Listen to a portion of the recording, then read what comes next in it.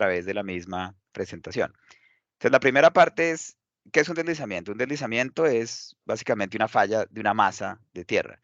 Yo dicto acá, soy también, aparte de mi práctica profesional, yo soy profesor en la Universidad de Pittsburgh como un profesor de cátedra y dicto el curso de estabilidad de taludes. Y siempre me gusta empezar el curso con la pregunta de qué es estabilidad de taludes, qué es una masa que falla.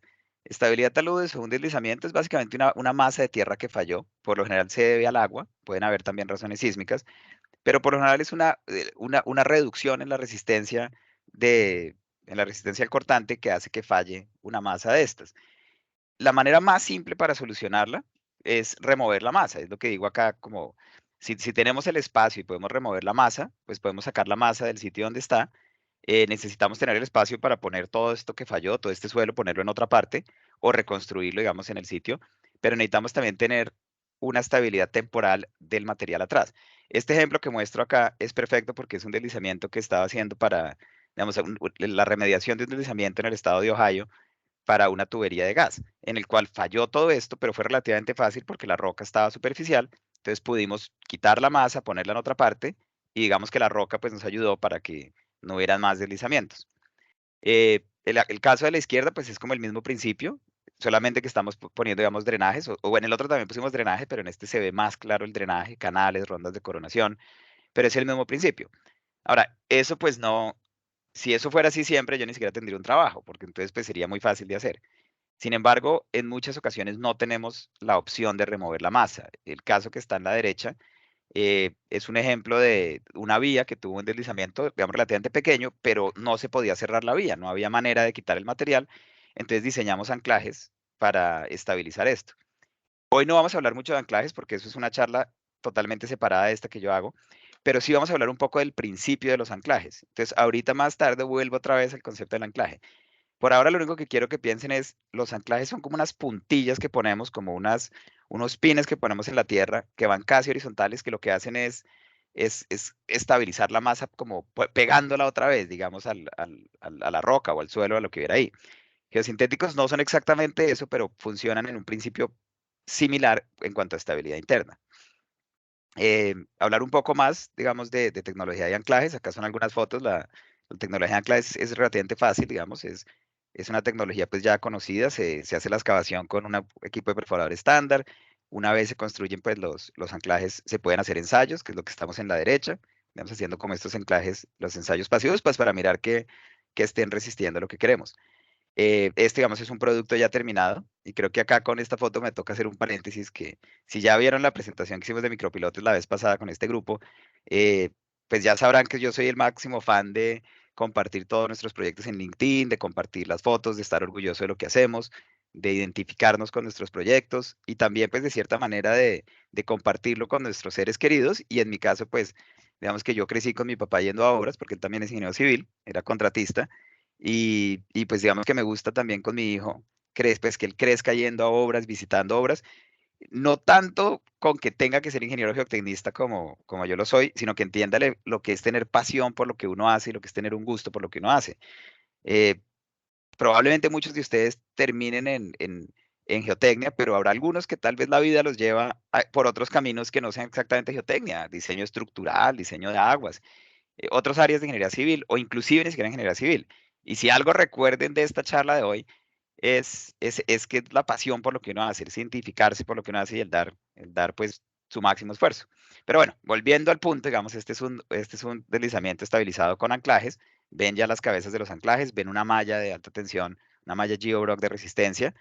Y bueno, digamos, esto es un concepto que también es bastante útil. Sin embargo, es un concepto que es bastante caro. Existe otro tipo, digamos, de mejoramiento del terreno o de estabilización de taludes, que es con micropilotes y digamos, con micropilotes o con elementos de cementación profunda en general. Podrían también ser caissons. En este caso, la ventaja que tenemos es que no los estamos poniendo horizontales, no los estamos poniendo adentro, digamos, como de la vía, sino que los hacemos verticales.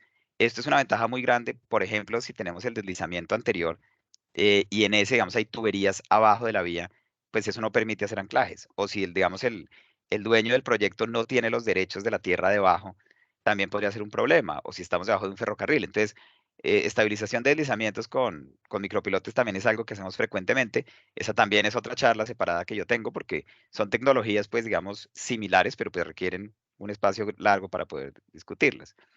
Eh, al mismo tiempo, no solamente tienen que ser deslizamientos, también podríamos mirar muros, ¿no? Podríamos mirar el concepto de muros anclados. Nuevamente, pues ya ahorita en un momento van a ver por qué voy tanto con los anclajes, porque básicamente con muros anclados, pues es un principio similar, o sea, lo que estamos tratando es de contener una tierra y hay una estabilidad del bloque que está detrás de los anclajes y hay una estabilidad interna del bloque donde están los anclajes.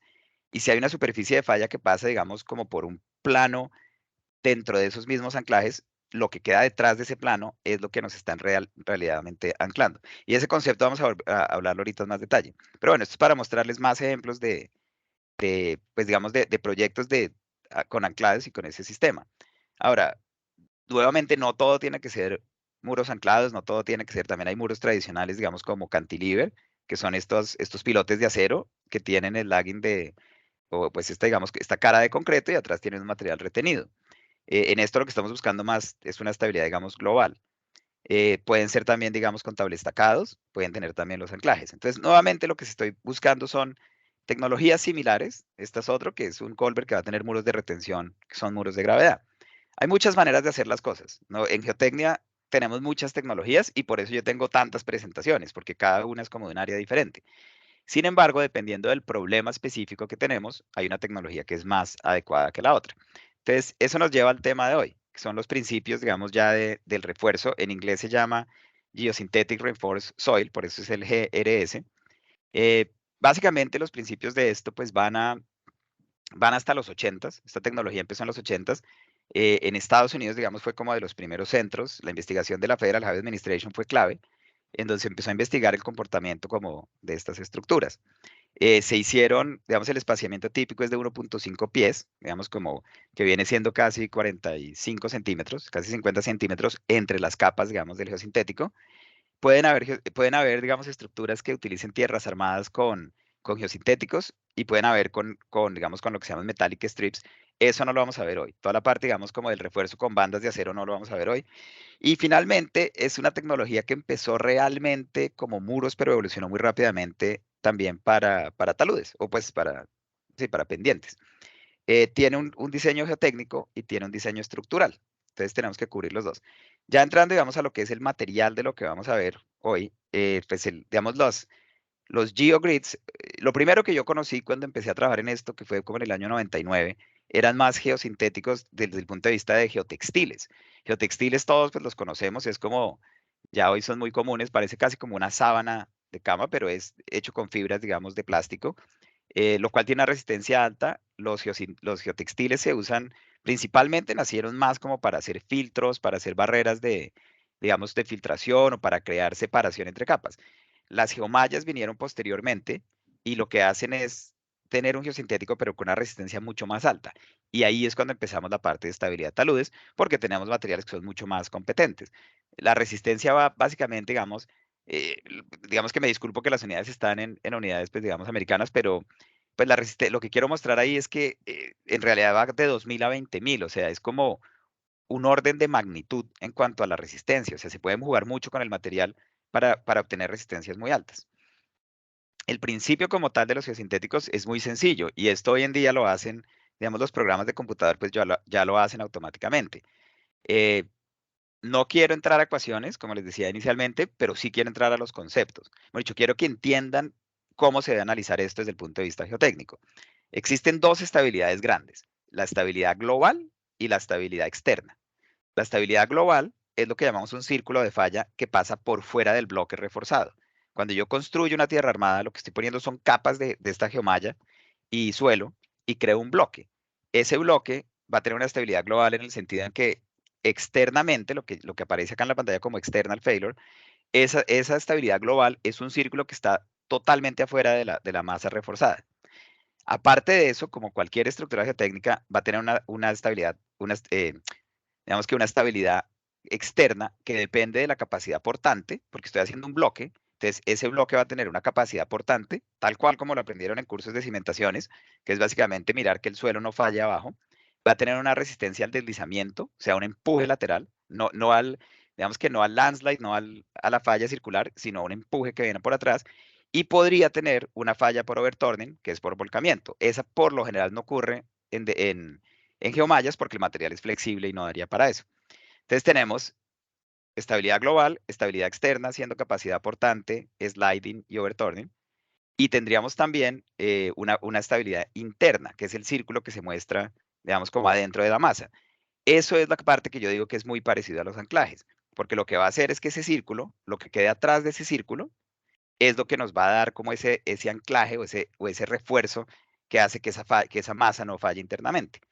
Esas tres son como las grandes. Igual obviamente hay que hacer un chequeo para asentamiento y también existen superficies compuestas que pueden pasar por adentro y por afuera. Entonces, nuevamente, esto, digamos, cuando se empezó, pues se hacía mucho a mano. Yo creo que hice un par de estos a mano, pero ya después, pues digamos que el software permite hacerlo todo y es muy importante es entender qué está haciendo el programa y de a qué se está refiriendo.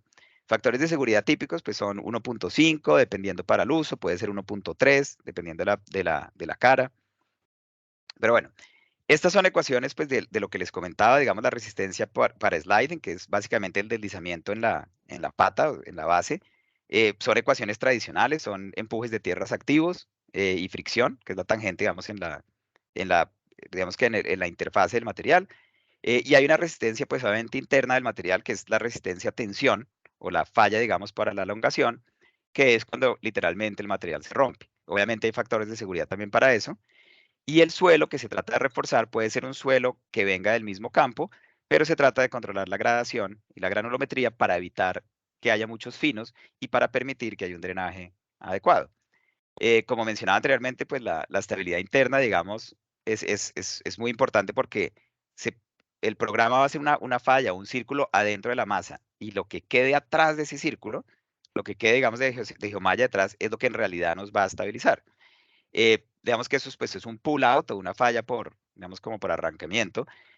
Utilizamos un factor para la interfase de los materiales, digamos, para la arena o lo que se esté poniendo, se utiliza un factor de 0.85. Esto es algo que se ha hecho por muchos años. Yo estoy totalmente en desacuerdo y la industria, los que producen estas geomallas también, porque ¿cómo va a haber una reducción de fricción por poner una geomalla? Eso ocurre en un geotextil, porque en un geotextil no hay huecos que permitan que el material arriba y abajo se comunique, pero en estos casos sí. Pero bueno, esa es la manera que se hace estándar.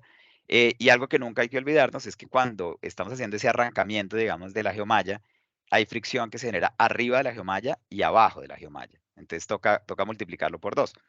Y la ecuacioncita que está abajo, digamos que es bastante fácil si pasa en el denominador al otro lado, porque es básicamente el esfuerzo efectivo por F, que es la fricción, que es la tangente del ángulo de fricción, por un cubrimiento y por el factor de 2, y eso se dividiría por la resistencia, digamos, interna del material y nos daría, con un factor de seguridad, y nos daría la longitud de embedment. Eso, lo que les digo, yo hoy, mi misión ahorita no es ir paso a paso en esta ecuación. Esto es algo sencillo de explicar, esto es algo sencillo de entender. Probablemente en este momento puede ser como, no lo ven tan claro, pero esto está en todas las publicaciones y digamos que ese no es el valor pues que yo creo que puede traer una presentación como esta. Esto ya todo está inventado, pues ya tenemos tecnología que lleva alrededor de 30 años.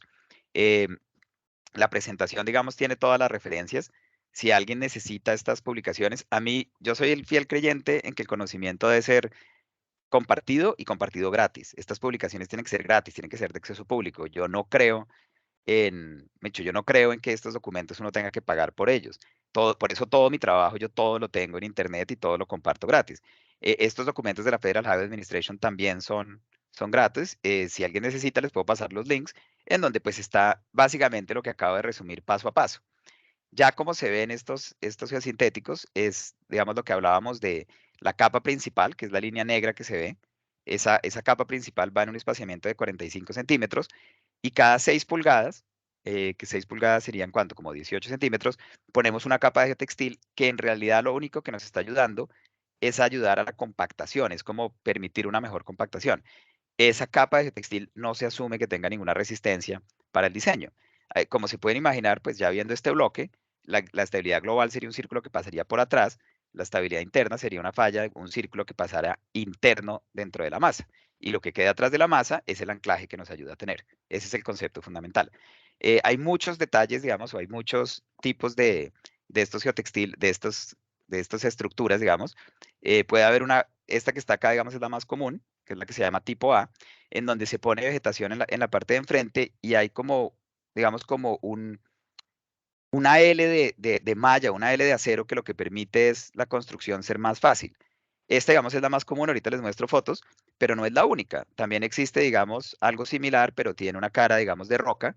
La cara de roca más que nada, pues es para protección, por ejemplo, para erosión o para, inclusive para no permitir vandalismo. Y ahorita les muestro un ejemplo bien interesante de por qué utilizamos esto. Pero nuevamente, pues no es lo único, puede también haber este otro en el que ya no se utilizan las Ls de acero, sino que se hace un geotextil, un wrap de geotextil, o sea, se devuelve el geotextil, se hace como digamos un tamal, y también es uno que es bastante usado. Y también existe el concepto de gaviones. Se puede utilizar muros de gaviones enfrente. Nuevamente, el que trae la estabilidad no es el muro de gavión, sino es el geotextil, es perdón, la geomalla. El muro de gavión lo que está haciendo es protegiendo y proveyendo una cara de esto. Obviamente no los voy a aburrir con esto, pero lo único que quiero es traerles, mejor dicho, que tengan presente que existen muchas normatividades de la ASTM y de muchas agencias pues americanas y mundiales, en las cuales existen pues factores de seguridad en la misma geomalla para, por ejemplo, falla por reptación, falla por instalación, porque obviamente cuando se instala puede haber problema, y falla inclusive por la misma durabilidad. Estos materiales no son resistentes a la luz, digamos, a la luz del sol. Generalmente toca guardarlos como en lugares que no les dé el sol, y una vez instalados, pues no hay problema porque el mismo suelo los cubre, pero durante la instalación puede haber, digamos, un daño. Em, de la misma manera, digamos, hay requerimientos para cada elemento de lo que hay. Hay especificaciones para los gaviones, hay especificaciones para todo. Digamos que mi interés no es entrar mucho ahorita. La mayoría de especificaciones, pues también cubren, digamos, la parte de densidad. Esto todo se hace con Proctors para el material reforzado. Todo se hace con Proctors, con densímetro nuclear. Especificaciones típicas como estas también muchas veces requieren que el material interno tenga un ángulo de fricción dado. Por ejemplo, pueden ser 30 grados, 32 grados. Y bueno, mi idea no es que lean todo esto, sino pues que sepan que esto ya todo existe. Y nuevamente, si alguien necesita algo de esto en algún proyecto, que necesite una especificación, yo con muchísimo gusto les comparto todo el material que hay acá. Hoy en día, esto es un ejemplo rápido, pero existen muchísimas compañías con muchísimas resistencias de geomallas.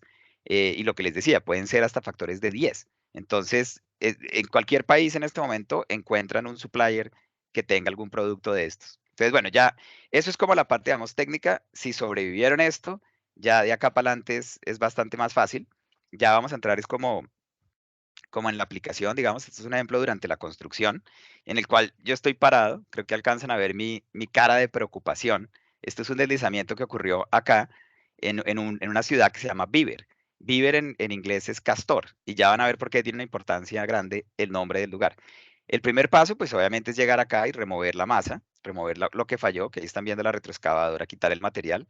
Y pues lo que les decía, a mí esta foto me gusta mucho es porque en mi cara creo que se ve la preocupación de lo que hay. En el momento en que estábamos medio removiendo, yo todavía no tenía muy claro cómo íbamos digamos que a hacer esta reparación. Mirando las limitaciones que van de espacio en la pata, se me ocurrió pues la parte, digamos, de los geosintéticos, porque tenía un espacio bastante confinado. Este es en el mismo proyecto, ya desde otro ángulo, una vez se removió todo. Tuvimos la suerte que la roca estaba, digamos, relativamente superficial, entonces removimos la masa que falló y ya pudimos instalar la primera capa, digamos, de los geosintéticos, que es la que están viendo ahí. En este caso hicimos una cara de gaviones. El cliente quería tener una cara de gaviones porque lo que les comentaba que la ciudad se llama Beaver, que es castor, y la razón es porque hay muchos castores. Y la preocupación es que los castores podían comerse la cara de los geosintéticos pues digo, hacerle huecos y el material salirse. Entonces por eso le pusimos esa protección. Em, Ahí están viendo, ahí estoy parado yo. Creo que la cara de preocupación se me va yendo de a poquitos. Ahí ya estoy un poco más sonriente. Ya estamos, digamos, como inspeccionando la cimentación, la base, y ahí empezamos ya a construir. Acá ya vamos terminando, o sea, ya vamos como a la mitad de camino. Ya ven que se está subiendo el muro, o pues no el muro, sino digamos como el refuerzo o el talud.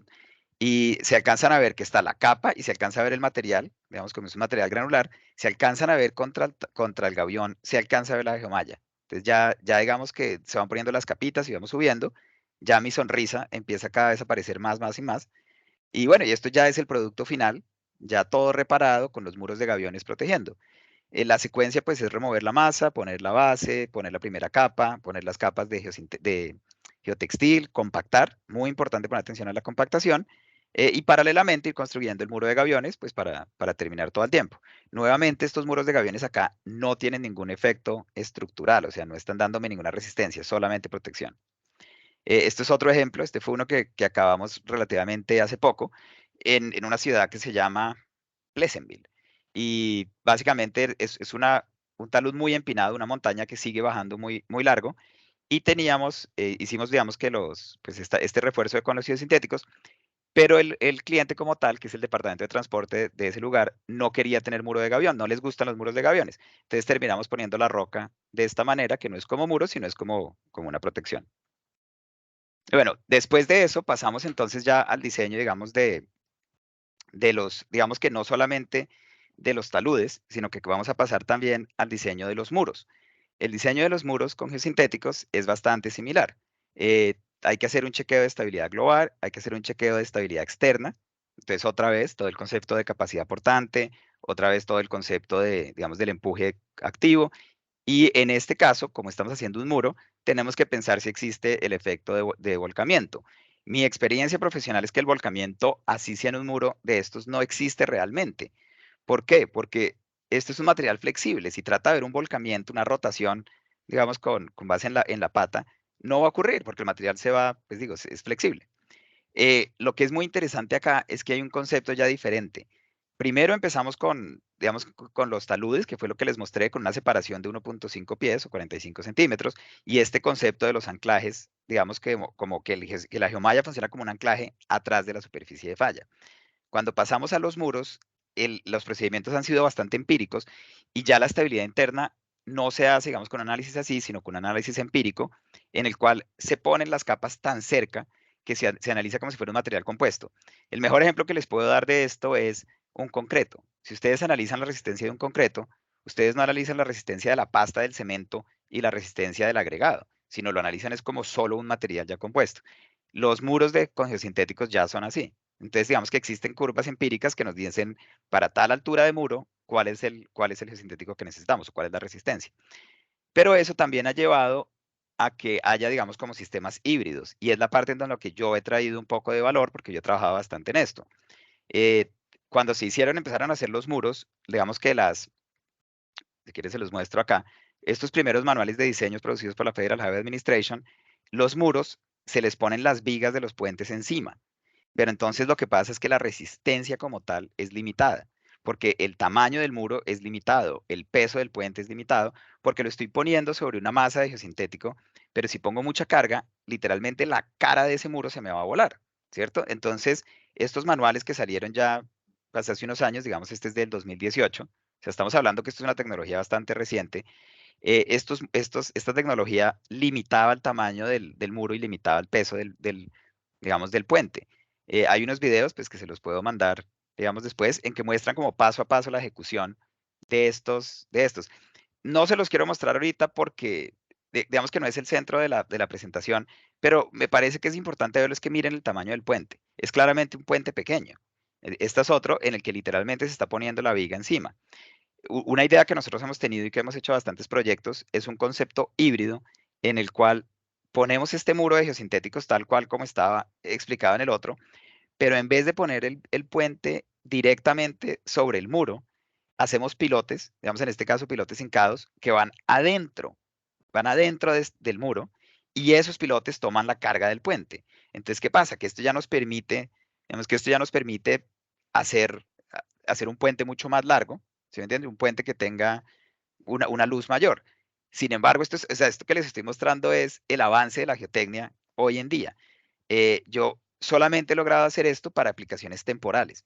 Y de hecho, les digo que me alegro que solamente lo haya hecho para aplicaciones temporales porque he aprendido también mucho de esto. El primero que hicimos, que fue así, básicamente lo diseñamos como si fuera, más que como si fueran los manuales de diseño que les mostraba del 2018 de la masa compuesta, lo diseñamos como si fuera el talud, como si fuera, digamos, la pendiente, el espaciamiento más grande y haciéndole círculos internos, digamos, haciendo como chequeos de círculos internos, pero el muro lo trabajamos aparte. Esa tecnología pues viene para, que son digamos como las secciones que les mostré anteriormente, que eso ya está pues más que inventado, pero eso viene para tal, para pendientes, ¿no? Eso no viene para un muro vertical. Ahora, la pregunta es, ¿una pendiente de 89 grados con la horizontal es un muro? ¿Sí me entiendes? ¿Se debía analizar diferente? Eso es algo como para pensar. En mi opinión, no. O sea, una pendiente de 89 grados todavía es una pendiente, se debería poder analizar como un talud.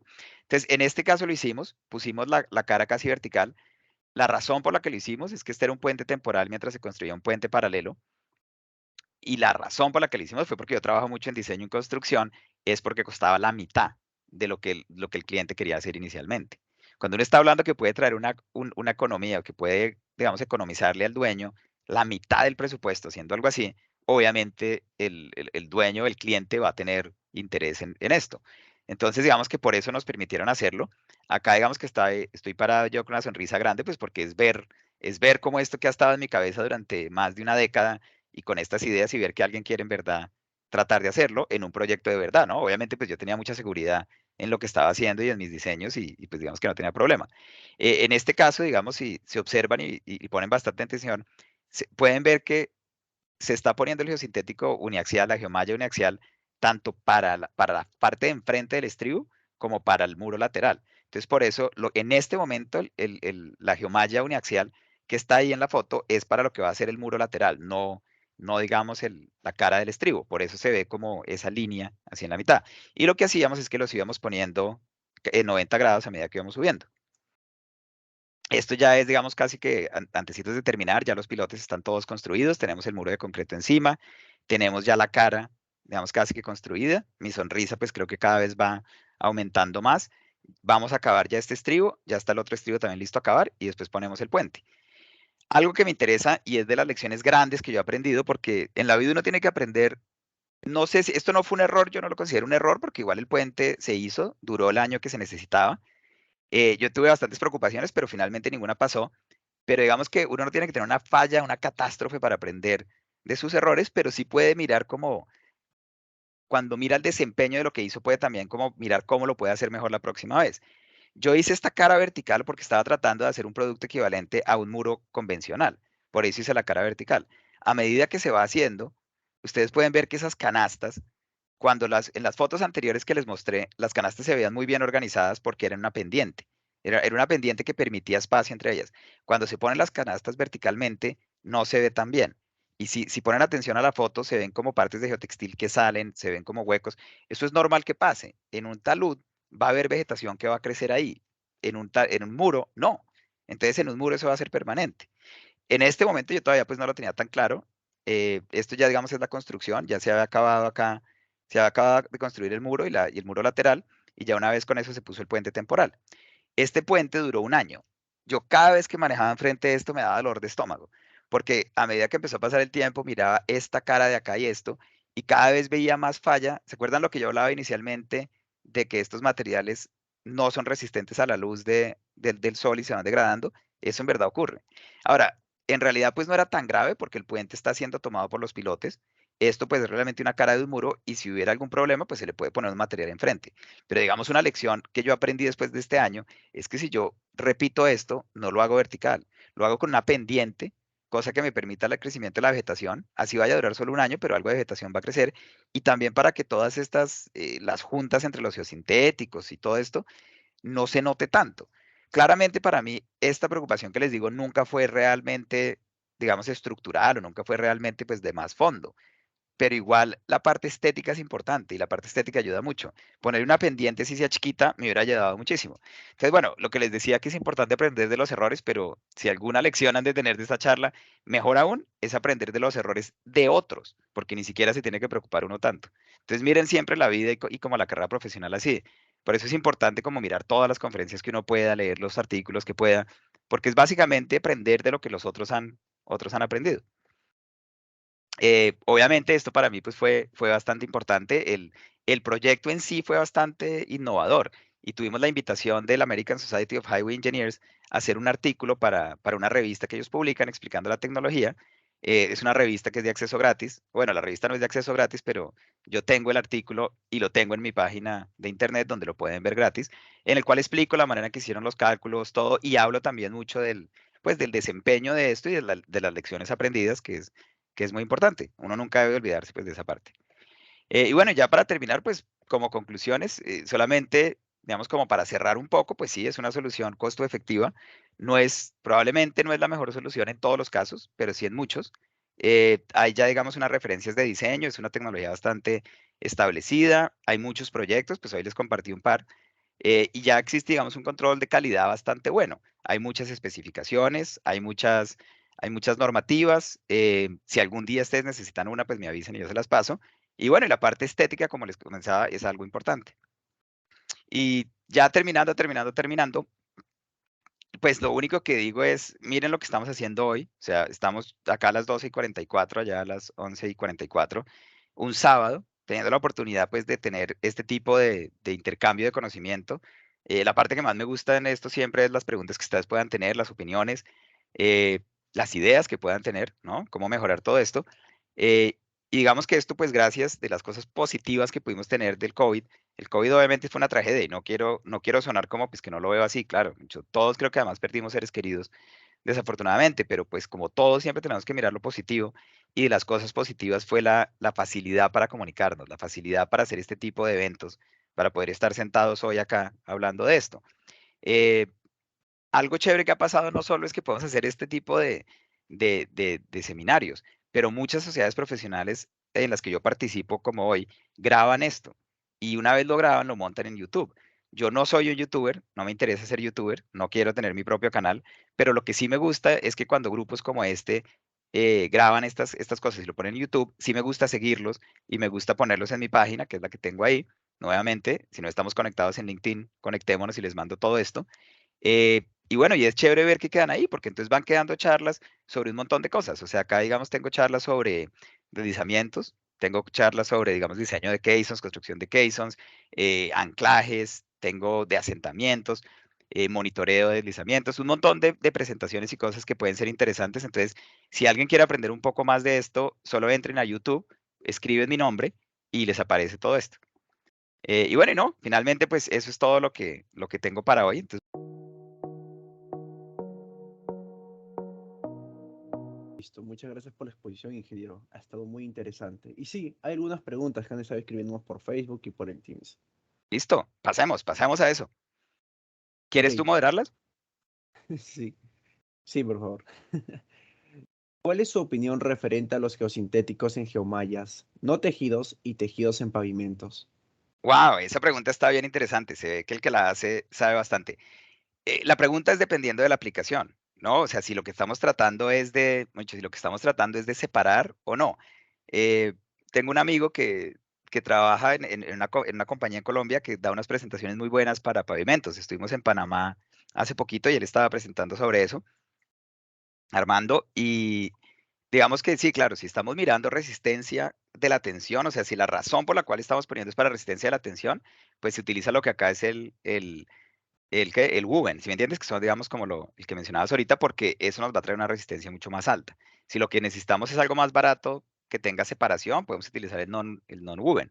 Esto hay un montón de teoría y hay un montón de aplicaciones digamos que pues de proveedores que pueden dar, si me entiendes, dependiendo del producto como tal, pues te pueden dar una guía mucho más sólida. Digamos que la parte que yo trabajo más que nada, pues es en geotecnia, digamos, y en geotecnia como tal, pues lo que nos especializamos es como en estas geomallas, que obviamente pues ya es como el estándar, digamos, mucho más alto en cuanto a geosintéticos y es de hecho pues lo que tiene más precio.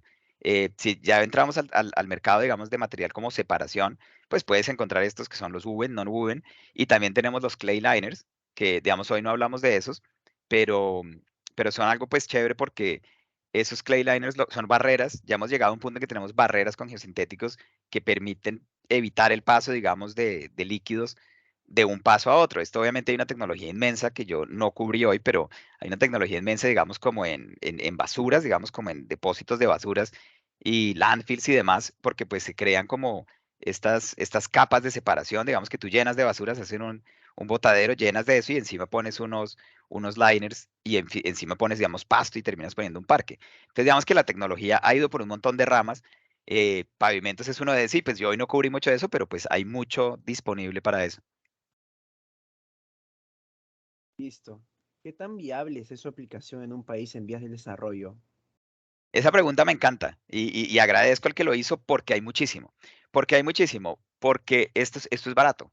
Si entiendes, esta tecnología es una tecnología relativamente barata y en nuestros países latinoamericanos, pues lo que hay es mano de obra. Entonces, el geosintético, digamos, acá ha sido popular, pero parte de lo que lo hace más difícil es que tú para instalar todo esto necesitas gente que esté instalando, ¿sí me entiendes? Necesitas gente que esté, o sea, esto tiende a ser un poco tedioso, suena fácil, pero tiende a ser un poco tedioso porque necesitas alguien que expanda la geomalla, otro que pase compactando otra geomalla. No es tan fácil como una máquina. Esto es a mano, ¿sí me entiendes? Esto es bastante a mano. No es como una máquina perforadora para hacer un talud, un caisson. Entonces, ¿qué pasa? Que en países en vía de desarrollo como Colombia, como Perú, en Sudamérica, esta tecnología es muy popular.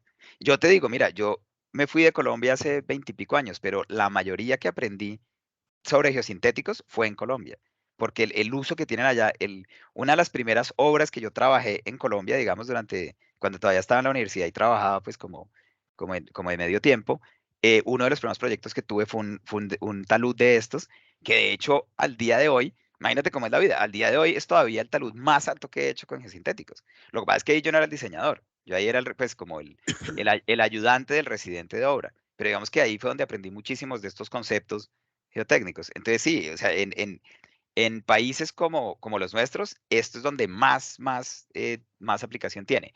Sin embargo, toda esta emoción de que nuestros países tienen mucho para esto, también el problema que hay con estos geosintéticos es que hay mucha gente que no los diseña. ¿Sí me entiendes? El riesgo que hay es que cualquiera se siente poderoso. Digamos, les voy a dar un número que es peligroso, pero es bueno que lo conozcan. Por lo general, todas estas tierras armadas o inclusive para los taludes, generalmente la variable más importante pues es cuánto de ancho tiene que tener, o sea, la longitud, digamos, del strap, ¿no? O sea, qué tan largo va hacia la montaña. Eso es lo que uno diseña a punta de estabilidad global, estabilidad externa, todo eso, estabilidad interna, pero los diseños terminan volviendo siempre a que más o menos es una relación 1:1, uno de alto por uno de ancho. ¿Sí me entiendes? Entonces, digo que es un número peligroso porque entonces, claro, es una respuesta rápida. En realidad, la mayoría de estándares, lo mínimo que te dejan hacer es 0.7 veces la altura. ¿Sí? Entonces, claro, si tú coges y dices, bueno, tengo un muro de 10 metros, si hago esto con largo de 10 metros de la longitud de la geomalla, ya tengo un muro. ¿Cuál es muy rápido de hacer, ¿cierto? Ahora, lo que acaba de hacer no tiene ningún diseño todavía, pero entonces hay muchos proyectos que se hacen así. Hay muchos proyectos en que se hacen a punta de una regla de una regla pues así como tan sencilla, sin diseño. O sea, una estadística que se hizo hace unos años por la Federal Highway Administration es impresionante.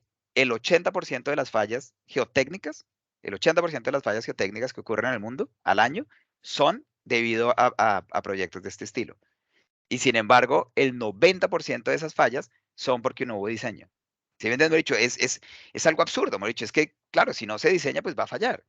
Y el problema es que, mire, verás, cualquier ingeniero podría hacer esto sin ningún software de nada. O sea, él puede decir, cojo y tengo una altura de muro o de talud o lo que sea, hago uno por uno, o sea, si es de 30 metros de ancho, y ya, y lo construyo. ¿Y para construir qué necesito? No necesito maquinaria, no necesito nada. Necesito una cuadrilla de empleados que me ayuden a poner las capas.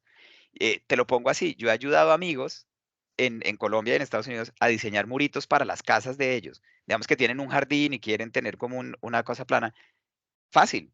Relación 1:1, pam, pam, pam, hacen el murito y hacen eso. Entonces, a la vez que es sencillo, la misma sencillez tiene ese peligro. Entonces, para cerrar la pregunta, sí, o sea, en nuestros países latinoamericanos tiene un montón de aplicación. Desafortunadamente el problema es que mucha de esa aplicación no se hace con diseño. Y lo que te digo, y es una lástima porque ya los mismos fabricantes del producto tienen el software para hacer los análisis. Por ejemplo, digamos, Pavco tiene un software que es muy bueno, 3M tiene un software que es muy bueno. Si uno se mete a Google y pone diseño de diseño, digamos, con geosintéticos, ya hay programas gratis. Entonces, mejor dicho, no estoy diciendo que sean los más adecuados, pero es mejor que solamente hacer una regla, pues, así. Entonces, digamos que ese es el riesgo que hay, pero también es la parte positiva que hay. Bueno, sabemos que en Geotecnia hay un montón de software, pero ¿cuáles Ujú. serían los software más recomendados entrando en detalle o más utilizados para consultores reconocidos para el diseño de geosintéticos? Listo. Pues acá es la parte donde yo empiezo a ayudar a mis amigos y ellos después me gastan trago en las conferencias cuando recomiendo los productos. Pero no, digamos que el software, digamos que yo utilizo. O sea, te digo, yo utilizo Rock Science, soy fan de esa compañía, soy muy amigo, digamos, de los ingenieros que están allá. Esa compañía además tiene los mismos años que yo llevo haciendo geotecnia, entonces la conozco desde que empezó, conozco a los fundadores. Es una compañía que está basada en Toronto. Ellos tienen una presencia muy grande en Perú. O sea, mi amigo Raúl es el representante allá. Es un software bastante bueno. Te sirve para hacer todo tipo de estabilidad de taludes, no solamente de geosintéticos, pero digamos que el módulo que tienen de geosintéticos es bastante bueno. Ahora, por más de que les estoy haciendo una propaganda buena, y lo hago solamente, lo que te digo, solamente porque sé que es un producto bueno y es lo que yo utilizo, en el pasado yo he utilizado otro software. Está, por ejemplo, RISA, que es uno que Federal Highway Administration había desarrollado, que era de acceso gratis. Ya no es de acceso gratis, pero antes sí era. Y si uno tiene su maña, lo encuentra todavía en internet gratis. Y digamos que es también uno bueno, SlopeW, que es una compañía también canadiense, tiene un software bastante bueno. PC Stable también lo logra hacer. Digamos que PC Stable fue el primer programa que yo utilicé para hacer algo de esto. La interfaz no era tan buena, pero yo diría que hoy en día cualquier programa reconocido de estabilidad de taludes ya tiene el módulo de poder hacer geosintéticos. Y Listo. básicamente es lo que te contaba en las diapositivas anteriores. Son esos cálculos para siempre acordarse, estabilidad global, estabilidad externa, que es capacidad portante, deslizamiento por empuje, y estabilidad interna. Y bueno, y ningún programa de estos tiene la otra, que es el asentamiento, ¿no? Si estamos haciendo esto en algo nuevo, si por ejemplo tenemos un terreno plano al lado de una montaña y vamos a poner un bloque de estos para pasar una vía por arriba, también hay que tener en cuenta el asentamiento que puede tener, ¿no? Ningún programa de estos lo hace. Ahora, esto que estoy hablando son programas tradicionales de equilibrio límite. Si te vas a una modelación mucho más avanzada como Plaxis o Abacus, también lo puedes hacer ahí. Con Plaxis se puede hacer, existen las maneras de modelar estos valores o modelar esta tecnología, pero no es tan tradicional como son con equilibrio límite. ¿El material del geosintético es contaminante? Esperemos que no. Bueno, ahí digamos que ya va una pregunta bastante filosófica. No es contaminante como tal. El debate es, ¿lo que utilizas para hacerlo es contaminante? No sé. Los que lo fabrican dicen que no. ¿Sí me entiendes? Ellos dicen que no es contaminante. El mundo también nos ha enseñado que, pues, producir cosas tan artificiales pueden ser. Algo, digamos, que tiene esto es que, obviamente, un material de estos no se va a degradar. ¿Sí me entiendes? Y esa parte, digamos, desde el punto de vista de sostenibilidad, pues es importante tenerlo. O sea, esto no es un material que naturalmente se vaya a degradar. Eh, ¿Cuál es la importancia de eso? Pues el acero probablemente tampoco se va a degradar, ¿no? Entonces, en mi opinión, digamos que es una tecnología que tiene sostenibilidad, es una tecnología verde, porque muy probablemente el carbon footprint que tiene es muchísimo menor al que tiene, digamos, construir acero y construir concreto. Es una ventaja, o sea, es una tecnología que es barata, digámoslo así. Espérate que me está entrando una llamada, perdón. Es una tecnología que es barata, es una tecnología que es sostenible, es una tecnología que no crea mayor impacto. eh, es mucho mejor a otras opciones. Sin embargo, al final, todo tiene impacto, ¿sí me entiendes? Y esa es la parte, digamos, que yo no voy a decir acá, o sea, esto es algo que tiene cero impacto ambiental, no, todo tiene impacto ambiental, pero dadas otras opciones, probablemente es la que menos impacto tiene y es la que es más sostenible. Algo que a mí me encanta, y eso sí te garantizo, es una tecnología que se basa en una protección, digamos, de vegetación. Todo lo que mostraba la cara, ¿te acuerdas, digamos, los que no tienen muro de gavión, que son, pues, ejemplos, digamos, diferentes, pero los que no tienen muros de gavión, la mayoría de estos, pues, van a tener vegetación que crece. Y aunque hay un geotextil ahí enterrado, no es un geotextil que se vea. Entonces, sí, hemos dicho, creo que en la parte ambiental, pues, todos siempre tenemos que tener en cuenta eso, que hay tecnologías mejores que otras, pero nada es perfecto. ¿Sí me entiendes? Eso es así. Entiendo. Muy bien. ¿Habrá alguien del público que tenga alguna pregunta? Puede hacérsela al ingeniero en este momento. O lo que hay es hambre de almuerzo, puede ser. Puede escribirlo por el chat, también puede encender el micrófono. No hay problema.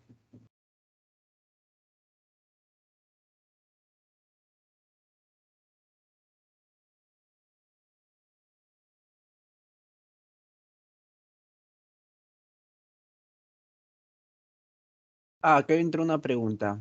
Ujú. ¿Cuáles son las nuevas innovaciones de los geosintéticos? Listo, esa está buena, esa me gusta. Eh, hay bastantes cosas nuevas. Digamos que obviamente, pues, lo que te contaba, esto en los años 80 empezó, en los años 90 se aceleró, en los años 2000, mejor dicho, se disparó. Pero ya para del 2010 para acá, pues ha sido más como los materiales, digamos, ya los tenemos, si me entiendes, todavía pueden avanzar. Las aplicaciones fueron las que empezaron a cambiar mucho, como digamos, pues en las que yo he estado muy involucrado, que son los métodos híbridos, como de cimentación profunda con geosintéticos. Pero algo que yo he notado y también pues también mucho por amigos que me han hecho caer en cuenta, que trabajan para compañías, es la resistencia a la cual estamos llegando en estas biomallas. Si yo te digo, cuando yo empecé a diseñarlas yo, olvídense de las unidades que voy a mencionar porque son en unidades, digamos, inglesas, pero la mayoría de diseños que yo hacía eran con resistencias de 5.000, 5.000 libras, o sea, ¿sí me entiendes? O no, sí, 5.000 libras por pie de geomalla. Y hoy en día estamos haciendo básicamente como 20 es el estándar, o por ahí 17 es el estándar. O sea, estoy hablando que la resistencia se multiplicó por 3. Yo estuve, hace unos meses estuve visitando a un amigo que trabaja para una compañía que se llama Husker, que trabaja en North Carolina y me invitó a la planta y me mostró unas geomallas que están ya resistiendo básicamente 100 veces lo que resistían las geomallas cuando yo empecé. Son unos productos que todavía, pues, digamos, están con unas aplicaciones diferentes, no es como para lo que estamos haciendo, con unos costos altos, obviamente, pero es una tecnología que es impresionante. Y mi amigo Carlos, pues, obviamente que está allá, me mostraba y yo no lo iba a creer. De hecho, yo me traje hasta un pedacito de ese sintético. O sea, para mí es impresionante cómo las compañías van avanzando y cada vez van encontrando más. Ahora, eso es lo que te digo, eso es en mi campo, o sea, en la parte geotécnica. En la parte, digamos, de pavimentos, mi amigo Armando también tiene unos productos que son increíbles, ¿si me entiendes? Y en cuanto, digamos, a erosión, digamos, control de erosión, eso es un área también que ha empezado muchísimo en los, digamos, como en los bancos de los ríos, ya todo lo que están logrando hacer es increíble. Hay una cosa muy importante, digamos, que Federal Highway está haciendo y es tratar, y eso sí se los digo acá como, o sea, esto es primicia absoluta porque ni siquiera ha salido mucho, pero yo he visto los ensayos, están tratando de crear para puentes piers, o sea, digamos como lo que nosotros llamamos los piers, que son los que están dentro de los estribos, hechos con geotextil. ¿Sí me entiendes? Y como todo de geotextil, nada de concreto de acero. O sea, eso sería algo que revolucionaría totalmente nuestro mercado, pero todavía, digamos, está en una etapa experimental. Hay Entiendo, mucho, entiendo. hay mucho por venir y lo que te digo, algo que es muy emocionante es que Latinoamérica siempre ha estado como al frente de estas innovaciones en este campo porque es una tecnología que utilizamos mucho. Por lo que te comentaba anteriormente, por el costo de mano de obra que tiende a ser bajo comparado a un país como el de Estados Unidos, como Estados Unidos, pues hay muchas ventajas y eso obviamente pues cuando hay esa necesidad las van llegando y van llegando los desarrollos. Mm. ¿Cuál sería el control de calidad en obra al utilizar geosintéticos? Esa está buena. La primera, el primer control de calidad, digamos, es con los materiales. En lo que yo mostraba anteriormente, digamos, de ir creando el terraplén, básicamente es densidad. Sí, bueno, primero gradación, ¿no? Mirar que el material tenga la gradación necesaria, como lo mostraban las especificaciones. El segundo, ángulo de fricción, que tenga una resistencia al cortante, pues que sea la que, digamos, el diseñador hizo. Y eso es relativamente fácil, con ensayos de corte directo se puede comprobar. Ya una vez eso está bien, se pasa más al control de calidad durante la obra como tal, que es básicamente densidad, que las capas vayan quedando, digamos, a 95 o 97% del Proctor que se haya hecho, para mirar que esté denso, que esté a la humedad óptima, si vendes más o menos el 3 por ahí. Y digamos que lo otro, pues, es el material como tal. El contratista como tal no hace un control de calidad del geosintético, porque el geosintético viene pues, que lo manufactura, digamos, del vendedor, y ellos te venden ya la resistencia, digamos, eso viene certificado. Sin embargo, eso, y es la parte que yo decía que uno se demora en entender, todos estos materiales son supremamente vulnerables a dos cosas.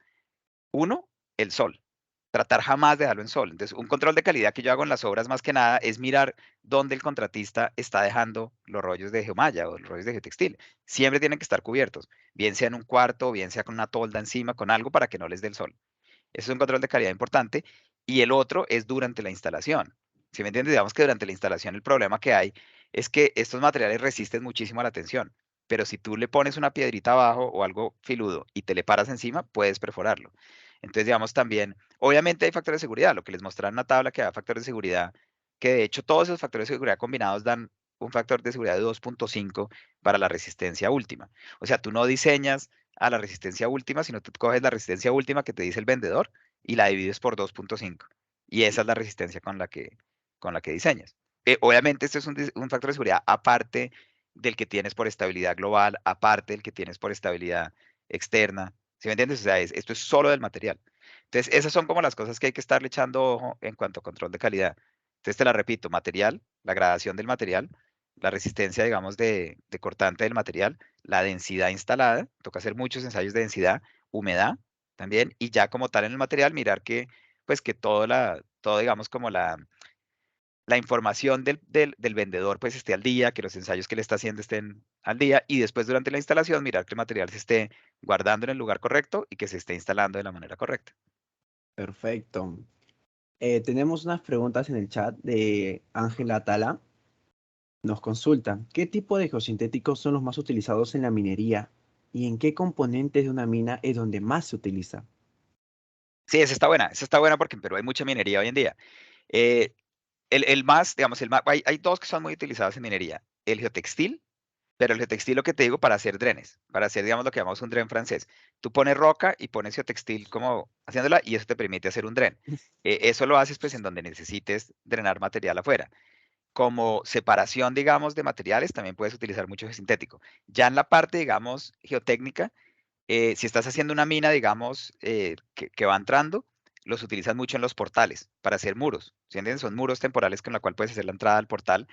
Se utilizan mucho también para hacer bermas, por ejemplo. Se utilizan, estos muros los puedes utilizar para retener un material natural, como un deslizamiento, o también lo puedes utilizar para, para, digamos, crear como un perímetro. A punta de estas bermas puedes crear un perímetro y lo vas rellenando adentro con material que pueda hasta drenar. En minería, digamos, dependiendo del producto que estés explotando, también existen las geobolsas, por ejemplo, que son unas bolsas en las que metes, digamos, como estos slurries que pueden salir de los tailing dams, y metes este material y dejas que se filtren y que el agua, digamos, salga y te queda como la parte sólida interna. Cuando la bolsa está llena, la cambias por otra. O sea, las aplicaciones que hay son inmensas. En minería hay muchísimas más. Digamos que lo que yo hablé hoy fue la parte geotécnica, pero en minería no solo está la parte geotécnica, sino muchísimas aplicaciones más. Eh, hasta lo que te digo, Morcha, hasta la misma erosión, dependiendo de si es minería abierta, minería cerrada o qué tipo de minería estés haciendo, puede haber muchísimas más aplicaciones. Listo, muchas gracias Ángelo por tu pregunta. Pasemos a la siguiente, Bonilla Rosario. ¿Cuáles serían los principales problemas que representan el uso de los geosintéticos? Problemas, pues mira, si se hacen bien, yo diría que ninguno. O sea, yo llevo una carrera profesional en la que he hecho muchas cosas con geosintéticos y la verdad nunca he tenido mayor problema. Para mí los problemas vienen, es lo que te digo, es cuando no hay un diseño apropiado, cuando no hay una consideración apropiada.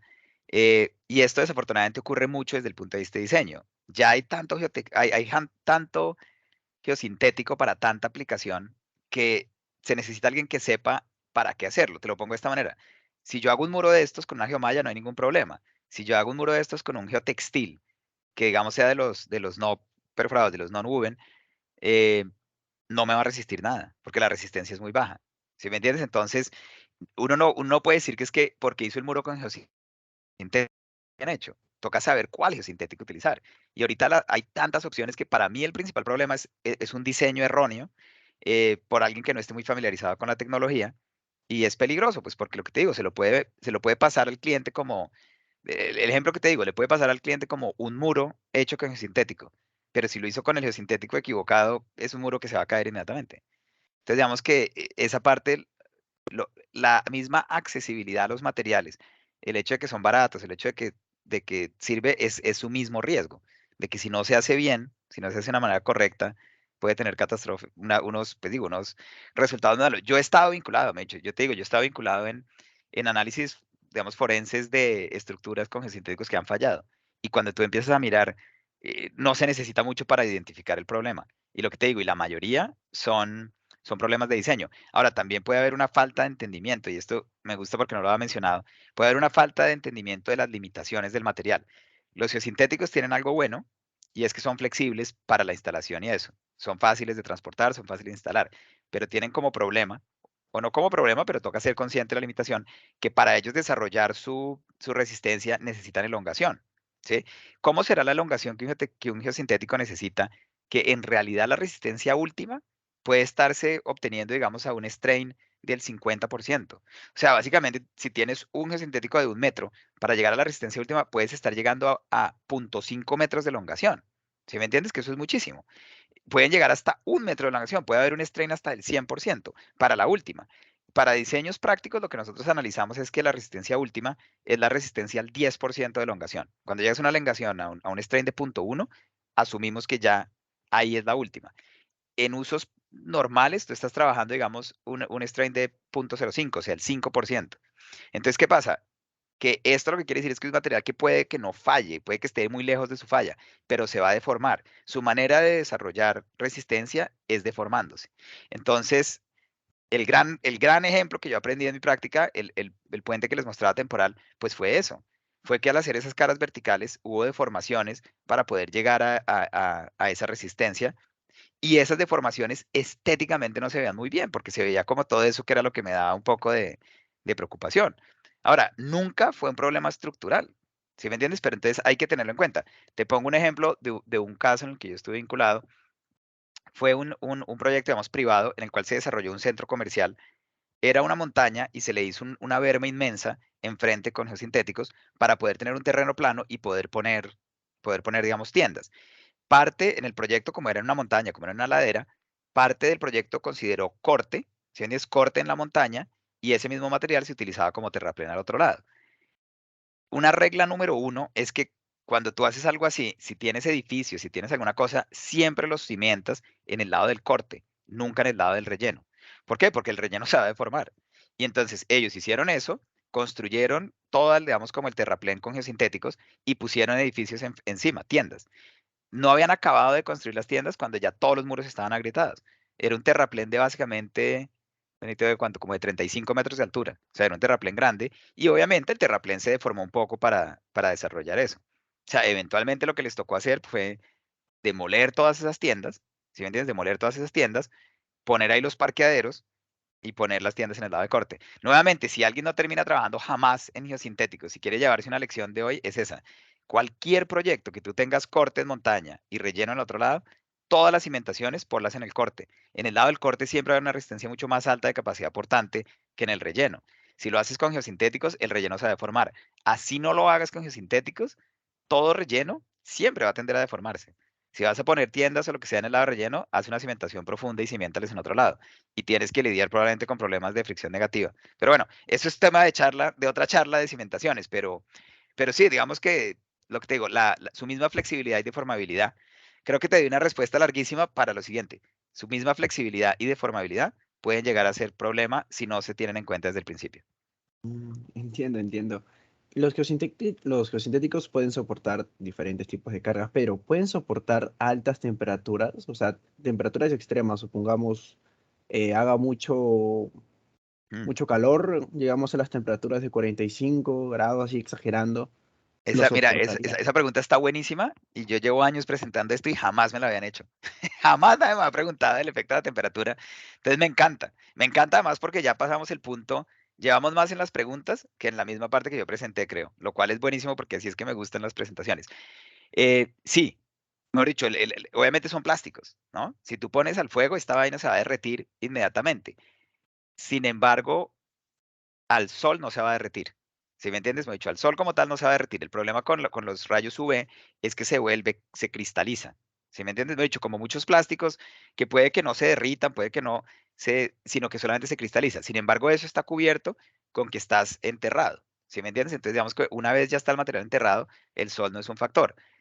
Temperaturas altas sí podrían ser un problema. Digamos, lleguemos a un escenario extremo. Si tienes un incendio, si el geotextil o la geomalla está cerca, sí, se va a derretir inmediatamente. Ahora, ¿cuál es la probabilidad? Pues obviamente tú esto lo vas poniendo en la tierra y estás enterrado. Eso sí no tengo mayor idea y no creo que nadie haya hecho yo un estudio, pero si yo tengo fuego a nivel de la tierra y estoy mirando 1 metro abajo, probablemente ese calor ya se ha disipado. ¿Sí me entiendes? Entonces probablemente no es tan problemático. Pero si lo tengo en algo en que por alguna razón, digamos, tuve un derrame de combustible o lo que sea y que se metió al suelo y logró el fuego llegar ahí, sí, inmediatamente sería pues una falla. Yo la verdad, lo que te digo, jamás había oído la pregunta, por lo cual me gusta muchísimo. Me imagino que los que venden estos productos pues habrán puesto alguna investigación en eso. Yo nunca lo he escuchado como un problema, pues porque la mayoría de mis proyectos siempre el geotextil o la geomalla están lo suficientemente abajo, pero probablemente para una protección. Y son temas interesantes porque te pongo de ejemplo que estábamos ahorita de aniversario del 11 de septiembre acá en Estados Unidos de, ¿cuántos ya? 21 años. Yo llegué acá a Estados Unidos 3 semanas antes del 11 de septiembre del 2001. Y eso revolucionó el diseño, digamos, todo lo que es diseño de acero, porque el acero, digamos, pues es un material como en la falla de las torres que pues probó, mejor dicho, el incendio que ocasionaron, las torres colapsaron porque el incendio que ocasionaron los aviones con todo el combustible derritió el acero del piso donde quedaron. Eso hizo que el piso de arriba cayera y es el efecto pancake, porque una vez cae el piso de arriba, pues se lleva para abajo todo lo que hay. Eso revolucionó el diseño estructural. Hoy en día en Estados Unidos, cuando tú haces estructuras de acero, tienes que poner protección contra el fuego. ¿Sí me entiendes? Ya no.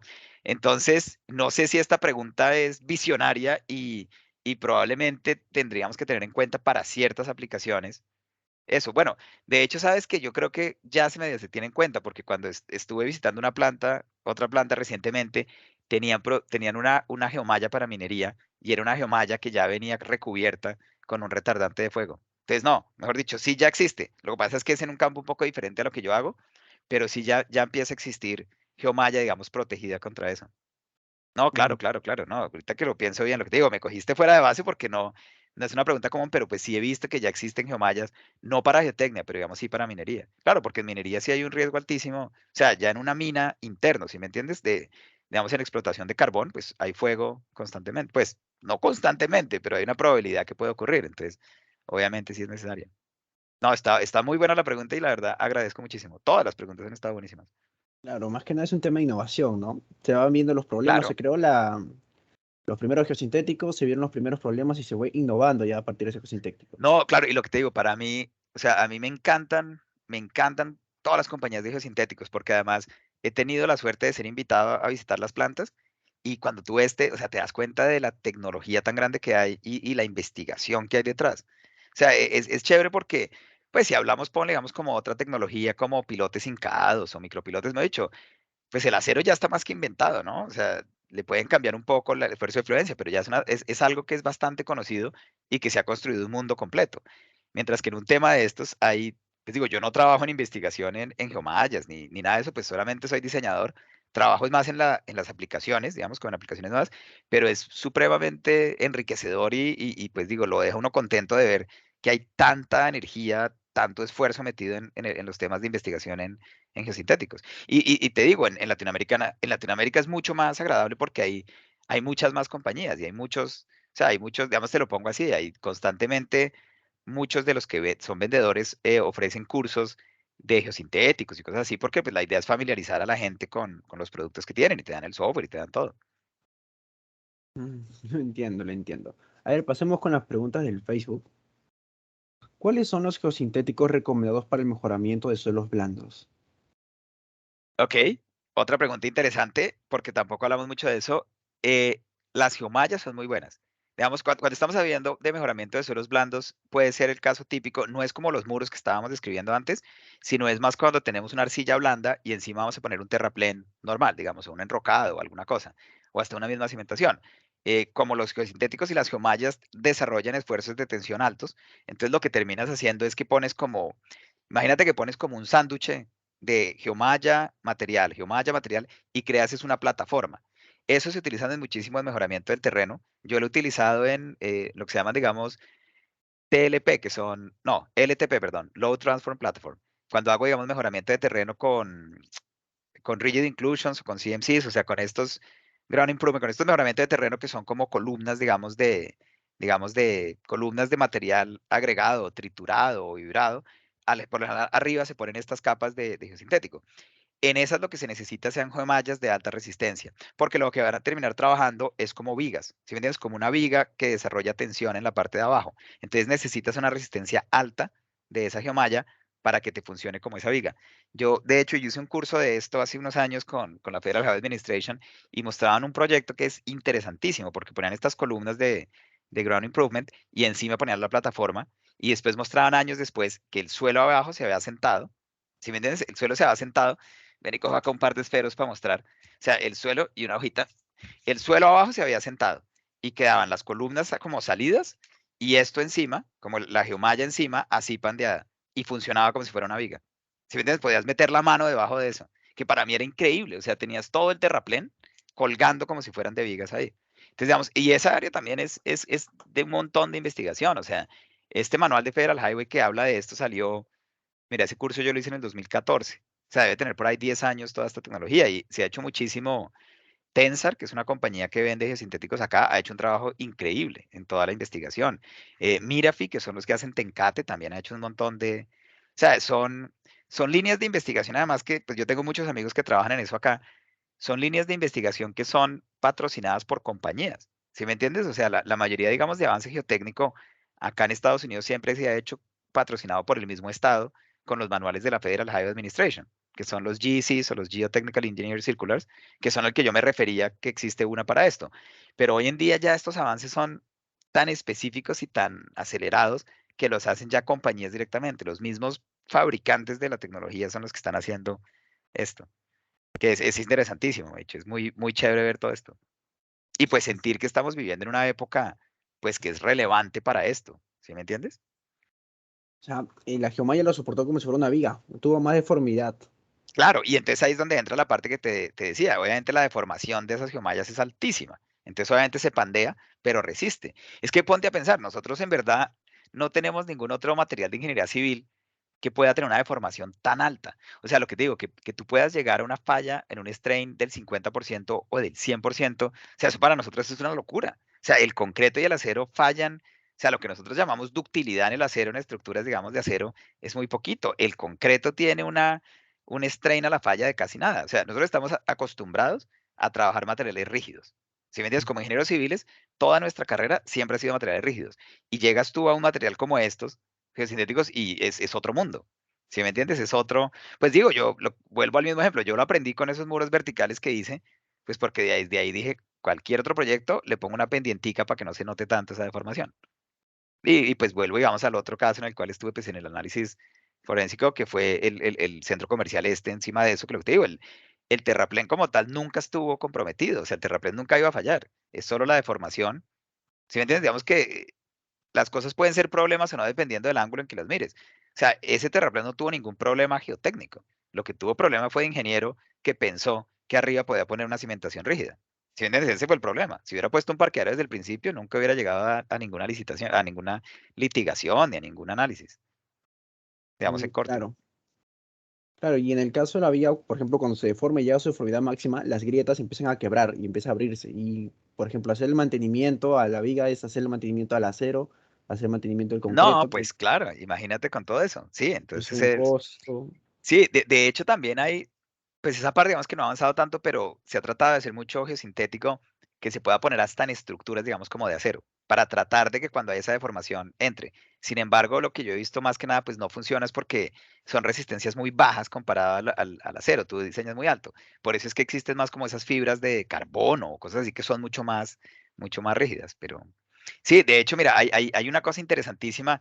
Parte de lo que a mí me entusiasmó mucho en el campo de geosintéticos fue que cuando llegué acá, una vez hice un curso con un tipo que yo creo que la historia no le va a dar mucho el mérito, pero fue uno de los grandes pioneros en todo el desarrollo de geosintéticos en geotecnia, Bob Barrett, y él, pues, me ha dicho, yo creo que es un tipo así como yo, que es súper apasionado por lo que hacemos y no le importa poner su tiempo. Bueno, y de hecho todos los que están acá porque están poniendo de su tiempo libre un sábado para oír hablar de esto. Pero él en su propia compañía, él era un contratista, en su propio jardín, digamos, se le ocurrió hacer un muro y él creí, o sea, de hecho, él era un fiel creyente que lo que hablaba antes en la parte de los muros, si tú pones capas que sean lo suficientemente pegadas, tú cambias el comportamiento del suelo. O sea, esa metodología que es como el anclaje, eso funciona cuando están separadas 45 centímetros, pero él creía siempre que si tú los ponías cerca, podías tener una resistencia mucho más baja. Y fue finalmente esas ideas que él tuvo, digamos, yo a él le oí este cuento como en el 2001, 2002, Eso 10 años después terminó siendo un manual de la Federal Highway Administration, pero en ese tiempo nadie todavía lo creía. Y él lo que hizo fue que hizo una tierra armada de 90 metros de alto, o sea, en su mismo backyard de la compañía, o sea, en su mismo lote, y construyó un muro de estos de 90, no mentira, no, te estoy diciendo mal, te estoy diciendo mal, 30 pies, 10 metros de alto, 30 pies son 10 metros. Creó este muro de 10 metros, puso las capas tan pegadas y en vez de poner geosintéticos, puso las sábanas de cama, o sea, como la sábana y la sobresábana que nosotros tenemos en la cama, que pues digo, es un material que no resiste mucho ese algodón, lo construyó con eso y demostró que lo puede hacer a esa altura, lo cual pues mostraba que no solo está el geosintético, sino también está el concepto de cómo funciona el suelo. Y para mejor aún, no lo puso ni siquiera vertical, sino lo puso con un ángulo negativo. O sea, lo que quiere decir es que si acá está el terreno, él no hizo el muro ni vertical ni así, sino que lo hizo negativo, lo hizo ya fallando y le resistió. Para mí, el haber visto esa presentación fue lo que siempre puso en mi cabeza que se podía hacer como esos sistemas híbridos del proyecto que les mostraba. Porque es muy interesante y vuelve una parte que yo siempre comento. Al universo y al suelo no le interesa si nosotros sabemos o no cómo modelarlo, ¿sí me entiendes? O los métodos que tenemos. Pero la naturaleza, obviamente, y el suelo se comporta de la manera en que se comporta. Nosotros estamos tratando de adaptar modelos para explicar como lo que vemos, pero no siempre nuestros modelos son los más adecuados, ¿no? O sea, ahí yo vengo en un punto que siempre hago chiste y es que todo está mal. Y esto se lo robo a un amigo que se llama Dimitrio, Constantakis, que es el dueño de la compañía Dipex, que él siempre dice eso, dice, nosotros todo lo que sabemos está mal, todos los modelos que tenemos, todo está mal. De hecho, al final del cuento todo está mal porque es que el universo no se interesa si lo que tenemos describe o no lo que el universo hace. Pero lo que pasa es que hay modelos que funcionan mejor que otros para ciertas aplicaciones. Y en geotecnia, pues eso es lo que más vemos. Y en minería también. Es como saber utilizar las herramientas para la aplicación. Entonces, en estos temas, digamos, esos mismos modelos que estamos hablando cambian muchísimo. O sea, si yo te mostré un manual para diseñar los taludes, otro manual para diseñar los muros, metodologías que son un poco diferentes, cuando uno dice en verdad es lo mismo. O sea, ¿cómo me vas a decir que diseñar un muro es diferente de diseñar un talud de 89 grados con la horizontal? Es lo mismo, es el mismo producto, solo que en uno lo llamé muro, en otro lo llamé, pero hoy en día, con la normatividad AASHTO y con la misma normatividad de FHWA, diseñar un muro y diseñar un talud de 89 grados de inclinación son dos métodos completamente diferentes, dos manuales completamente diferentes. Entonces es interesante pues toda esa parte porque obviamente son tecnologías que van llegando, nos vamos adaptando, las vamos aprendiendo, pero pues todavía queda bastante por simplificar y por, si me entiendes, por lograr hacer. Entonces, algo, digamos, interesante, pues para mí, geosintéticos, desde que empecé mi carrera profesional, era un área que estaba creciendo de la misma manera que micropilotes y de la misma manera que anclaves pasivos. Y por eso tengo, pues, como una trayectoria profesional en esas áreas, desde todo punto de vista, porque siempre me han apasionado en cuanto a esto, pero pues también los invito porque el ser geotecnista, el estar metido en ingeniería geológica o el estar metido en minería, son sectores que van cambiando y cambiando y cambiando a una velocidad rápida y nos permiten también ser los mismos innovadores de la tecnología. Eh, no quiero demeritar, digamos, por ejemplo, a los abogados, pero ¿qué tanto un abogado puede ir cambiando? ¿Sí me entiendes, Moricho? ¿Qué tanto, o sea, qué tanto una profesión de esas? Nuevamente, si hay algún abogado, no estoy hablando mal de la carrera, pero lo que quiero decir es que qué tan enriquecedor es desde el punto de vista de ir revolucionando lo que ya existe. Mientras que nosotros en geotecnia sí estamos en esa parte y por eso es como tan, sí, es tan animadora, digámoslo así. Claro, en constante cambios, en constantes descubrimientos, innovaciones. Ujú. Claro, o sea, ustedes de estudiantes, o sea, los que son estudiantes, ustedes van a tener un mundo muy diferente al que yo tengo hoy en día. Yo, con 20 años de experiencia práctica, lo que yo hago es muy diferente a lo que ustedes van a hacer en 20 años. Y toda mi carrera profesional fue muy diferente a la que mi papá hizo como ingeniero civil hace muchos años. Y fue muy diferente a la que mi abuelo hizo como ingeniero civil. Te lo pongo de esta manera. Mi abuelo fue ingeniero civil y trabajó toda su vida. Cuando él estaba en la universidad y en su práctica profesional, no existían cursos de diseño de concreto. Y esto es algo que a mí me parece sorprendente. En ese tiempo el concreto todavía no era un material estándar, como para que tuviera un curso en pregrado. ¿Sí me entiendes? No he dicho eso, pero uno dice, pero ¿cómo así que no existía concreto? Hoy en día concreto es una parte muy importante del currículum. Cuando yo estuve en la universidad, ningún curso hablaba de geosintéticos. Yo todo lo que aprendí de biosintéticos fue a punta de cursos posteriores que he hecho después. Probablemente ya en unos años esto de biosintéticos se convierte parte de un currículum estándar. Ya en Estados Unidos muchas universidades lo tienen como un currículo estándar. Entiendo, ingeniero. Vamos con la pregunta de Bonilla Rosario. Está muy interesante el tema, la verdad. Hay demasiadas, pero vamos a entrar a las últimas dos preguntas ya. Tranquilo, tranquilo. A ver, en el caso de plantas industriales, ¿cuáles químicos significarían un riesgo para la integridad de los geosintéticos? Sí, esa está buena. Pues yo, mira, te digo, yo no soy muy químico, nunca me gustó mucho la química, por eso terminé también en geotecnia civil. Sin embargo, me casé con una ingeniería química y así ya tengo cubierto toda esa parte. No tengo preocupaciones en ese sentido. Buen Eh, hack. sí, exacto, pero algo, digamos que sí es muy conocido, son los derivados del petróleo. O sea, los derivados del petróleo, digamos, tienen un efecto negativo en los geosintéticos.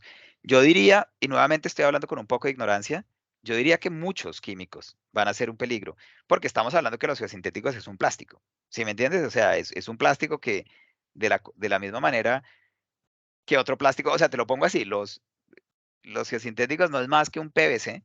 ¿Sí me entiendes? Puede ser un PVC. Hay unos que son los HDPE y otros que son los PET.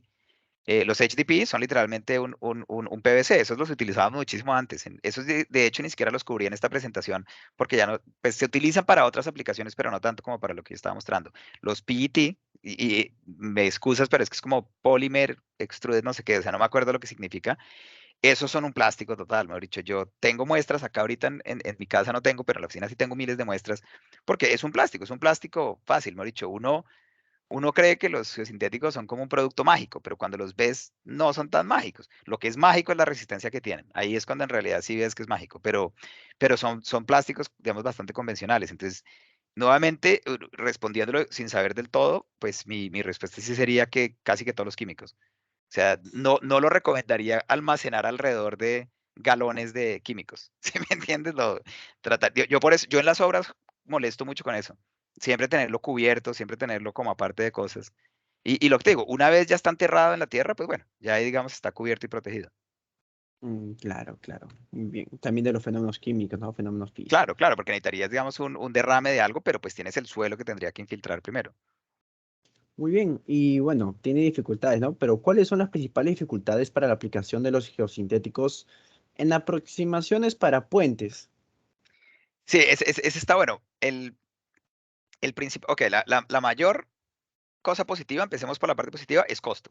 Si venden, si tú lo estás haciendo como para el estribo de un puente o lo estás haciendo como para el terreno, digamos, el costo que tienes se reduce muchísimo. Otra cosa buena, que también puede ser mala, es la flexibilidad. Sin embargo, en muchas aplicaciones la flexibilidad es positiva. Te lo pongo de esta manera, si estamos haciendo un terraplén, un approach para un puente, a mí me gusta mucho hacerlo con esto, y esto es en un lugar donde hay un suelo que puede ser susceptible, digamos, a consolidación. El hecho de que utilicemos estos materiales nos ayuda mucho porque la consolidación que nos va a traer asentamiento diferencial, el geotextil y la geomalla y todo se adaptan. Entonces, digamos que esa parte es supremamente positiva. Si tenemos, o sea, es barato, es flexible, o sea, podemos, digamos que vivir con problemas de asentamiento diferencial. Te pongo, yo en este momento tengo un proyecto que es exactamente el approach para un bridge en el que hicimos unos muros con esto y en el diseño teníamos 7 pulgadas de asentamiento. 7 pulgadas son 22 centímetros. 22 centímetros de asentamiento. Esto es como esto. De hecho, eso no te lo resiste ningún otro material. Y a punta de trabajar con el fabricante y digamos, con los vendedores y con el mismo contratista, logramos hacer un proyecto exitoso. ¿Sí me entiendes? Porque lo que hicimos fue que dimos tiempos para la consolidación, dimos tiempos para el asentamiento y finalmente, pues cuando ya todo se asienta, tú puedes volver y rellenar y esos 20 y pico centímetros, pues los puedes rellenar y cubrir, digamos, en la parte de arriba. Si hubieras hecho esto con una estructura de concreto, hubieras vuelto nada esas caras de concreto. Si lo haces con los paneles de concreto, los hexágonos que tienen la tira metálica, hubieras roto todo eso. Entonces, esa misma flexibilidad, pues es bueno. Entonces, costo y flexibilidad es bueno. Ahora, ¿qué es malo? Pues poco. La misma flexibilidad, como es bueno, puede ser malo, ¿sí me entiende? Dependiendo de la tolerancia de lo que hay arriba. Si estás poniendo el puente sobre una zapata, no sobre unos pilotes, puede ser malo, pues porque obviamente harían ese. Sin embargo, yo diría que para mí no hay mucho malo. Lo que pueden haber son dificultades desde el punto de vista constructivo, es por el esfuerzo que requiere. La gente muchas veces no lo ve inicialmente y en Latinoamérica puede que no sea tan grave, pero en las fotos que mostraban en la presentación, el construirlo tiende a ser tedioso desde el punto de vista que es que tienes que poner muchas capas. ¿Sí me entiendes? Entonces, pues necesitas mucha gente que esté poniendo el geosintético, compactando. O sea, imagínate cuando tú haces ensayos de calidad, digamos, de densidad y humedad óptima cada capa y estás haciendo cada capa 45 centímetros, mucho, vas a tener que hacer un montón de ensayos y también en la longitud. Entonces, digamos que esa misma constructibilidad puede ser una desventaja. En Estados Unidos lo es. O sea, en Estados Unidos una desventaja grande es que los contratistas pues ven eso y dicen, no, pero pues que va, me va mucho más rápido llegar y llevar una máquina, hacer un hueco y llenar eso de concreto. Me cuesta más la gente que el material. En Latinoamérica no. En Latinoamérica todavía estamos en un punto en que la gente cuesta menos, pues digo, no, no me refiero a que la gente cueste menos. La labor que hace la gente, lo que se le paga a la gente por hacer la labor es menor que el material. Entonces, pues tiene mucho más sentido hacerlo. Digamos que esos son como algunos aspectos. Sí, lo que te digo, hay una reputación en ciertos sectores de que, digamos que puede que fallen y eso, pero pues es las estadísticas que te daba antes. Casi que todas las que fallan, todas las tierras armadas que fallan es porque no tuvieron diseño. Y pues, si me entiendes, si uno no diseña, pues imagínate cómo va a poder esperar un buen producto. Entiendo, entiendo. Una cosa es ver el geosintético en teoría, pero en la obra, ¿cuáles serían las principales dificultades? O sea, en la instalación, ¿cuáles son los errores más comunes que uno se encuentra al momento de instalarlo? Te digo, el primer error y que yo sufrí en un proyecto una vez es tener el geosintético equivocado. Y ese, no, dicho, ahí sí para que se rían y se burlen de mí. Nosotros hicimos un proyecto en el que íbamos a utilizar una geomalla de un vendedor en la cual la denominación es 20XT. Ahora, entre más alto sea el número, mayor la resistencia. Nosotros lo diseñamos todo con eso. Cuando lo construimos, yo estaba visitando la obra, iba caminando, ya estaba instalado, o sea, llevaban más de la mitad de la tierra armada, todo listo. Yo estaba caminando no sé qué y estaba, no sé, y iba caminando y quité un poquito del agregado para ver la geomalla. Yo siempre miro para mirar la referencia porque esto generalmente las marcan en el rollo, en el ya extendido. Cuando miré y no era el 20XT, sino era como, no me acuerdo, pero ponle 15XT. Y yo dije, "Güey, puta, estos manes lo hicieron con la que no es". ¿Sí me entiendes? Y entonces me acuerdo que fui y hablé con el contratista y le dije, ¿ustedes por qué pusieron esta y no la que? No, que es que la otra no había, entonces decidimos hacer esta. Y yo me acuerdo que a mí me dio, y ya esto construido a la mitad. Entonces, nada, pues volvimos a hacer el análisis, pues ya esto no se podía quitar, volvimos a hacer el análisis, todavía servía, afortunadamente habíamos hecho un diseño un poco conservador, entonces por más de que se reducía el factor de seguridad, todavía lo satisfacía. Eh, y digamos que el dueño terminó aceptándolo, ¿sí me entiendes? El dueño no mandó quitar y volvió a construir. Pero para mí es un problema en el sentido en que hay que tener un control de calidad muy grande en la obra, de materiales y de todo, en el cual en este un inspector claramente no revisó que la geomalla era la misma. El problema es que las geomallas al ojo es muy difícil, digamos, dentro de un mismo supplier, dentro de un mismo vendedor, dentro de una misma marca, hay veces es muy difícil distinguir a punta de solo ojo cuál es la diferencia en resistencia. Entonces, digamos que ese sería una cosa importante.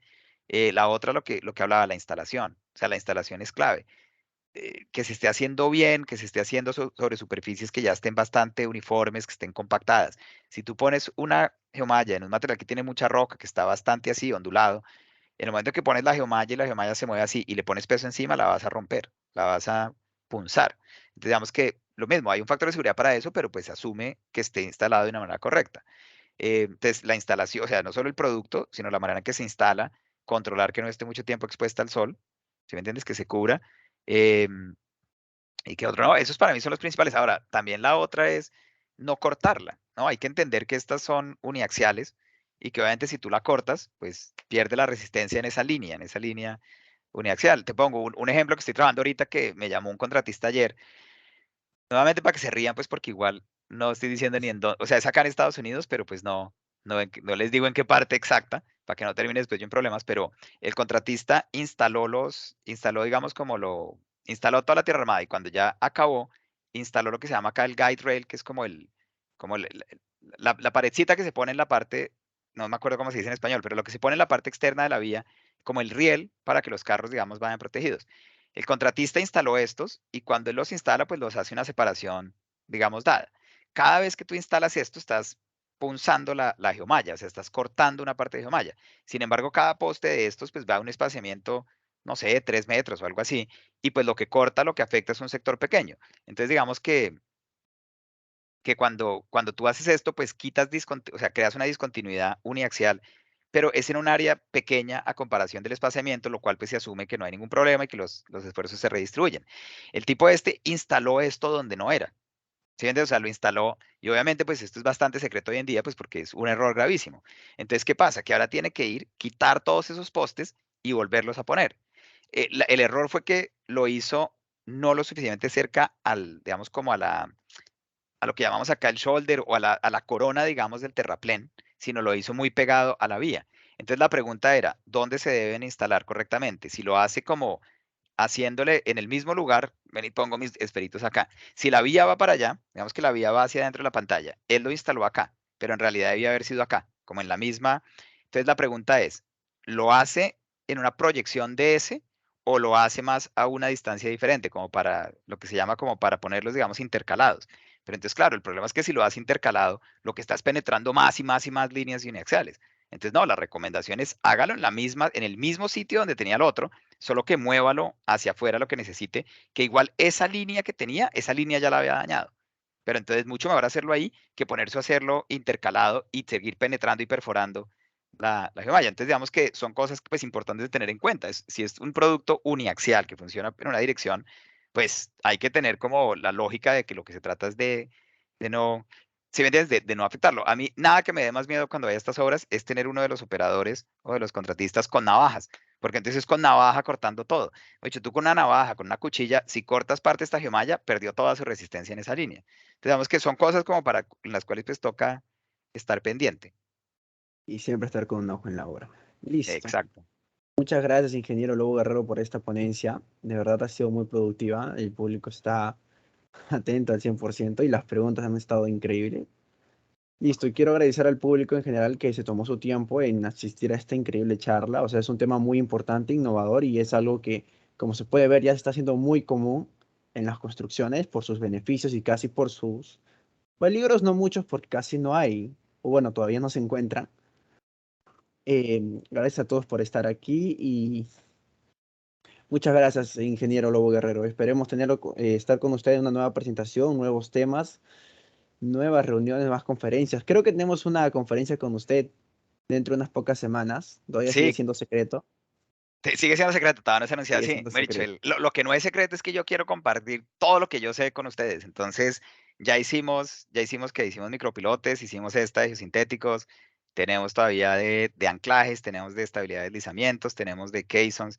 Sí, pues me he dicho, nada, nada más, nada que me alegre más que poder compartir y pues lo que les digo, el hecho de que estén, a mí me encantan estos temas y yo mi fin de semana leo muchísimo y hago muchas cosas sobre los temas, pero pues obviamente es bastante impresionante que un grupo se quiera conectar un sábado a la hora de almuerzo a hablar de esto.